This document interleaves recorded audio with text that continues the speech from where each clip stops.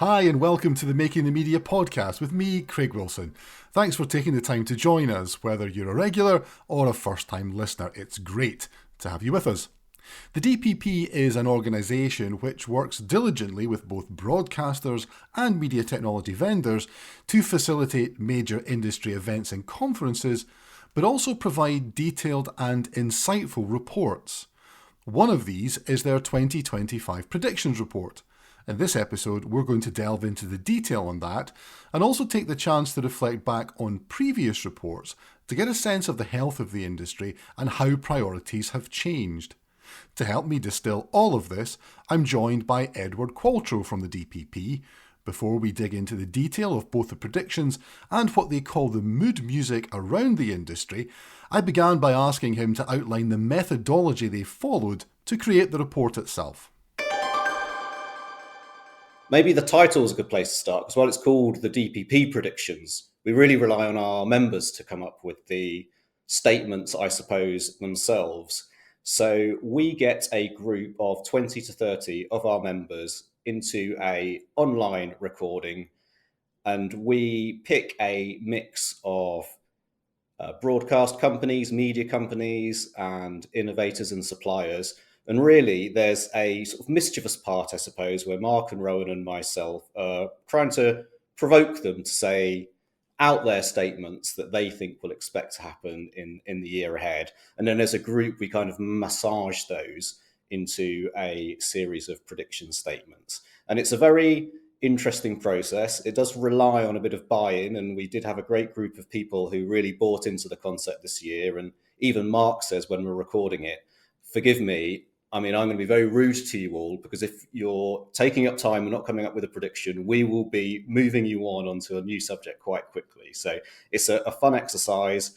I think people kind of quite enjoyed the process, and we're quite pleased with the outputs as well. So yeah, that's the DPP predictions. It is a thing produced by our members. So it's not the DPP voice. It's not us trying to come up with statements to get headlines, like I know sort of a lot of annual kind of predictions are, though I wouldn't want to be critical of others. So that's our way of going about things. So before we dig into it, if you were to summarise it in a kind of brief way, what would be the highlights for you? Good question. I think one of the highlights, certainly key takeaways, are some of the statements about artificial intelligence. We had a couple of artificial intelligence statements in 2024, and a few of those continued into 2025. And I'll give you the top line of one, and maybe we'll go into one of those in a bit more detail in a bit, but it's that the romance is over with some kinds of AI at the moment. We're into the reality era. I thought that was a very interesting statement. Another was that everybody's going to need to be a copyright lawyer in 2025. I thought it was a very interesting statement as well. So I'd put that as a highlight.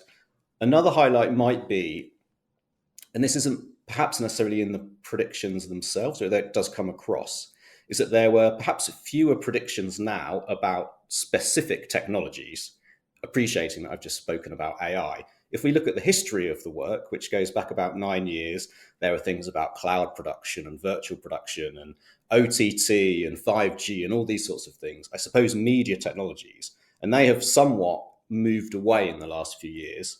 But the reason we think that is maybe a lot more of this is driven by economics. There isn't a technology maybe that's the next big thing. So I think it's quite interesting that it's become much more of a business discussion maybe than about a specific technology discussion.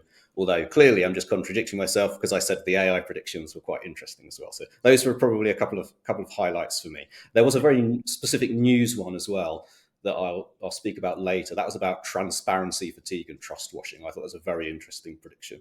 Yeah, definitely. We will definitely come back to talk about that. So one of the things that you mentioned there, Edward, is that the DPP have run the report over the course of a number of years now. And what, of course, that gives you is that you can begin to look back on previous years. You can look at what people were talking about a number of years ago.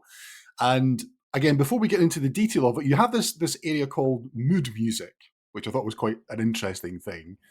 What are you really trying to capture there, and what sense do you get of what the mood music is for 2025?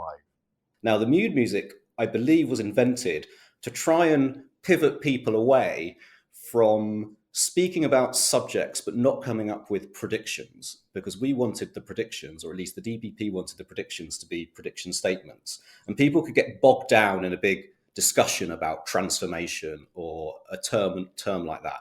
So the mood music was coined as a way of what are the 5 big themes or big topics, perhaps the macro topics that are orbiting everything that's taking place in a media organization and the landscape.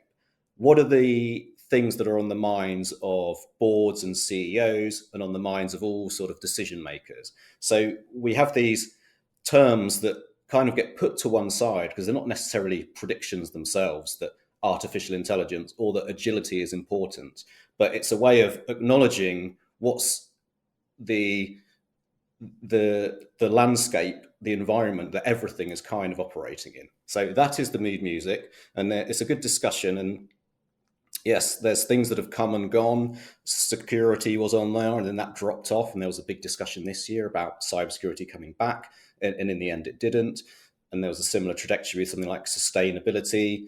It was part of the mood music, and it was deemed, unfortunately, to have dropped off. I think all of our contributors thought it was a big enough topic and should have been, but they did feel that actually the discussion about sustainability in media and entertainment had kind of dropped off the agenda slightly during the post-pandemic recovery and everything being driven by economics. So that is the mood music. It is the what's happening around the predictions, perhaps. Did any of it come as a surprise? Because when you look at it, and again, reflecting back on where it was a number of years ago, you mentioned sustainability there, which I think is a really interesting one, because a lot of people will still highlight that as something that's important to them, but it's not top of mind now, as perhaps it was a little while ago. So did any of the mood music come as a surprise? Because in many ways, it's kind of reflective just generally of the state of the industry, and you guys are speaking to people in the industry all the time. Exactly. I wouldn't say it is a surprise, no, this time. I think it's very much driven by some kind of cold, hard economics, perhaps, of where the industry is. This is the thing that is front of mind of a lot of people. Things are driven by cost and value, whether their organizations are adaptable.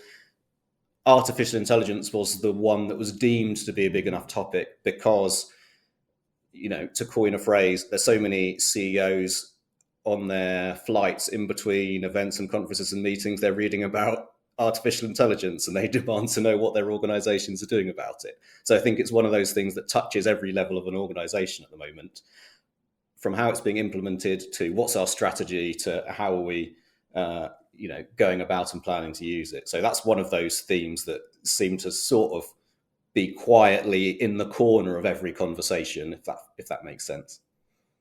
Right, let's begin to look into the detail of the report itself, because it does contain a number of specific predictions. So we just spoke there about cost in that mood music part and value. And one of the predictions is sort of finance related, specifically around CapEx. But what was interesting for me was this concept that CapEx in some ways might be holding back innovation. So what was the sense of that you had from that? I'm going to answer a slightly different question and say how that came about, actually, because when I said we do lean on our participants to come up with some quite bold statements, and after the introductions of the session, we go to 2 separate breakout rooms, and one of them I was hosting with my colleague Abdul, and one of them Rowan was hosting.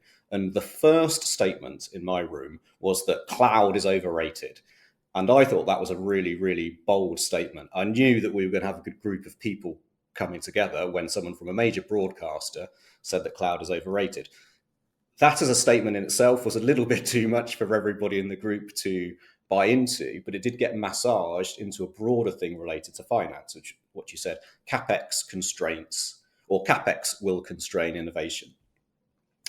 That was very much related to the fact that media companies are used to running in a CapEx way rather than an OpEx way. Cloud is fundamentally an OpEx cost. And making this sort of financial change to a new way of doing things was possibly going to hold some of them back from adopting some cloud services and therefore not innovating as much. So, like I said, the starting point was that cloud is overrated. A lot of people disagreed with that, but it got us to a good conversation that actually there's this kind of bit of a problem in the industry at the moment, which is for media companies to innovate, they need to potentially adopt more cloud services, which is going to involve them using a different way of spending money, essentially. I'd add one thing, actually, if I can, which was when I reviewed the recordings in the other breakout room, which Rowan was hosting, the opening statement was that a major broadcaster will get taken down by a cybersecurity attack. So I knew then that we did have the two groups of people that were not afraid to be bold with what they were saying about what's happening in media and entertainment this year. So that was quite a fun thing to listen back to. Well, I mean, security was actually my next question on the list. So, I mean, security is a constant feature that comes up when we are certainly discussing, things with our customers. And of course, last year we had the CrowdStrike issue, which, a number of broadcasters were fairly severely impacted, from that. Is there a sense that the CrowdStrike issue has sort of focused minds on this again, or has brought it back up to prominence, that people actually, how they address security is a fundamental business issue these days? It's not something that's a sort of bolt on to what they're doing. I think that's fair. So the DPP did a piece of work in 2024 called The State of Media Technology Security. It sort of uncovered a lot of pain points that broadcasters are facing and that suppliers are facing. And one of those things is essentially about supply chain attacks, the vulnerabilities at the joins, I suppose, between where companies and partners operate. And CrowdStrike's a little bit of an example of that. The feeling in the discussion in the predictions workshop was that CrowdStrike was a bit of a dry run for perhaps a load of other vulnerabilities that do exist in media that some people possibly aware of. There are plenty others that people are not aware of. And that really the media industry is running a little bit behind other sectors in terms of its maturity in cybersecurity. This was certainly one of the comments in our State of Media Technology Security report, which was that it's running about 10 years behind IT, really, in terms of best practice. So there was a feeling that this is a thing that organizations need to take more seriously. Vendors talking about their own operations, them talking about their engagements with broadcasters, the old world of just plugging something in and that was safe doesn't quite exist in an IT-defined, software-defined world anymore. So, yeah, there was a lot of discussion about security. There was a big feeling that it should have been part of the mood music, and it wasn't. So they were very keen to come up with a series of predictions. There were some that were voted down, I'll tell you about, which were that, major broadcasters will go offline, and about spending increase. Is the statement that got settled on in the end was that cybersecurity is a beyond human scale problem or challenge. And that meant that the scale of the challenge is so big that broadcasters and their partners as well, everyone is going to need some kind of artificial intelligence or state-of-the-art technology tools to be able to defend themselves from nefarious actors, essentially. Yeah, one of the things that I've been fortunate enough to attend some of the DPP events, and one of the things that's always struck me is how open people are to talk about, the various different issues that they face. And the reason I wanted to mention that was when it came to talking about competition within the sort of marketplace, there was a big focus on the creator economy.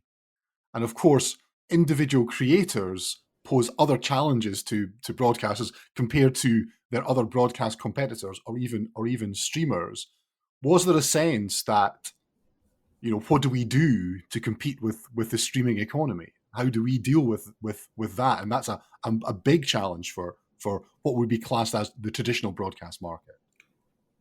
Yes, there was a bit of a us and them, and there was let's start at the end. The statement that the group came up with and all broadly agreed with is that power will shift to the creator economy, away from traditional big media organizations. Now, that wasn't to say that all of these companies have had their heads in the sand for the last few years and don't think that creators are a thing. They all acknowledge that. It was that actually the new technology infrastructure around some of it as well, direct payments, and even perhaps even in the US, like a slightly deregulated technology economy and things like micropayments and blockchain might accelerate the shift where, as groups, there isn't going to be an individual who's bigger than Disney in the next year. No one would buy into that kind of statement. But as a whole group and a whole economy, that they are the big competitor, and that the traditional media companies perhaps need creators more than creators need the traditional media companies to legitimize themselves, which was a comment that someone had made in the discussions, which I thought was quite apt. Yeah, so I want to return now to something you said right at the start, Edward, which was one of the findings about news and about trust, because I thought this is a really interesting thing. So again, trust and transparency is something that I think a lot of news organizations see as something that which can be a differentiator in a positive way for them in the market. But interestingly, in the report, it highlighted some concerns about actually, if you're open and transparent, in some ways, people are going to just be overwhelmed by all of this, and actually will lose the impact that perhaps the organizations are looking to have. So I wanted to talk and explore about that a little bit, because I thought it was really interesting that the more open and transparent you might be, in reality, might actually cause you problems. So the genus of this, as you say, was the idea that there's so many different types of transparency that you can show about where you sourced your news from and how accurate it was.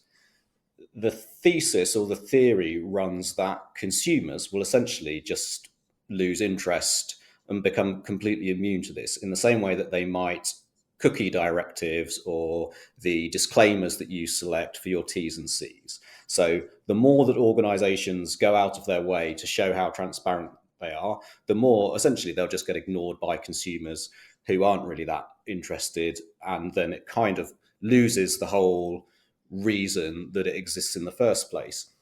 The kind of, I'm not sure if it's the same coin or a different coin or just something slightly tangential or related, is that maybe there'll be organizations as well who put these signifiers on their content, and it's just complete nonsense anyway. It's not sourced in the factually correct way. It could just be completely made up, essentially some kind of fake news. So there'll be trust washing.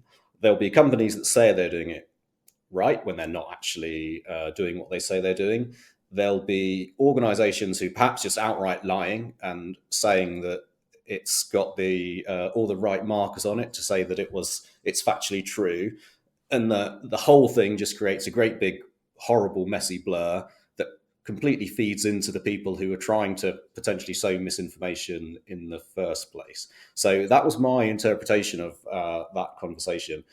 I found it very interesting and slightly scary.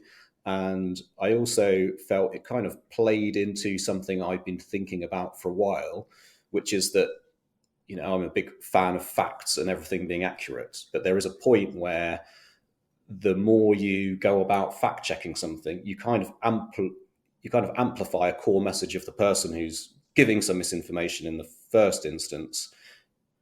Even if you're correcting it, there'll be a certain group of people who hear it in a way that nefarious actor wants it to be heard. So yeah, I thought it was a very interesting comment that there is a danger in too much markers around transparency that will just wear consumers down and have the opposite effect that it's intended to. We can't ignore AI. We talked a little bit about it at the start, and it comes up, and actually in a couple of different contexts, which you mentioned right at the start. One was around the pace of innovation and people being frustrated that perhaps the pace of AI delivery hasn't gone as quickly as they were anticipating maybe a couple of years ago. And the other was around the sort of copyright lawyer concept that you mentioned earlier on. That's really the bit I want to ask about, which is there a sense, or did you get a sense from the discussions that you had, that people's interpretation of what AI can do for them is now shifting? It's much more rooted in reality. It's much more rooted in use cases. And it's also much more rooted in what is the impact on the business, as opposed to this is going to change the world. So my two-sided answer to that is that, yeah, there was suppose we're separating the conversations about the Gen AI question, maybe, which was rooted in we all have to be copyright lawyers. That seemed to be the output. And the other conversation, which was about what's really happening with AI in the industry, and it's the kind of the romance of it slightly over. And that was the first statement that our group came up with about artificial intelligence. It's that, we're slightly in the proverbial Gartner trough of disillusionment before it becomes the whatever of whatever next. And that, in many parts of businesses, AI has failed to live up to the hype, perhaps, so that the romance era is dead. We're into the reality era. And this is why organizations are focusing on the business, the automation, the productivity, the efficiency side of artificial intelligence, perhaps the unsexy side of it, which is where the focus is going to be. And this chimes with a lot of other DPP research we did. It chimes with what we found in our media CTO survey last year. I'm pretty sure it's what came out in the AI in media work that Rowan and the DPP produced last year that I know was supported by Avid as well. Then we had this separate piece about Gen AI. And I think that was born of a discussion that Gen AI hasn't been uniformly adopted by media organizations for pure content creation, because it probably won't be very, very quickly because of the legal implications are quite high. But you can't get away from the fact that it's now embedded in loads of tools that we all use, whether it's called a co-pilot or whatever. And some of these tools are fantastic. We all get to benefit from them if we want to try and use them in some ways. But there is a danger in using all of these tools because we don't know how they were trained on whose data. And there's different levels of risk depending on what role you're doing within an organization of invariably just posting somebody else's IP and getting in a lot of trouble for that. So that's quite interesting. That's where this statement came from, that we all have to be copyright lawyers now. Craig, I kind of liken it to, we were both journalists, so we probably read our McNay, our media law. And that's the one thing that if you're studying journalism in the UK, you need to know about, because you don't want to get the organisation you work for sued by doing something defamatory or factually incorrect. And if you're not versed in that, then you probably weren't going to go too far because you were a risk. And I quite liked the idea that actually, not just in media and entertainment, but it's probably got quite a pointed worst case scenario if it happens, that publishing something or shipping a piece of content or video or whatever that wasn't completely yours is dangerous if you've inadvertently used someone else's IP and what that data was trained on. So it's almost on the role of everybody to have a understanding as some kind of legal literacy to know how they're using the tools that they're using and understand that they're ultimately responsible for anything that happens. Yeah, I think I've still got my copy of Scott's Law for Journalists kicking about the house somewhere. It's probably a little bit outdated now, given it was from the 1980s, but the fundamentals are there, so I completely get the point. We talked earlier on about the mood music, and we talked about how that's perhaps changed over the years. Another area you can look back on is the actual predictions themselves. You've got, I think it's about 7 years of data now to reflect back on. And of course, in that 7 years, there's been some fairly tumultuous changes in society in general, and then within the media business. So within the predictions themselves, what are the things that have changed, and perhaps what are the things that in some respects have remained constant?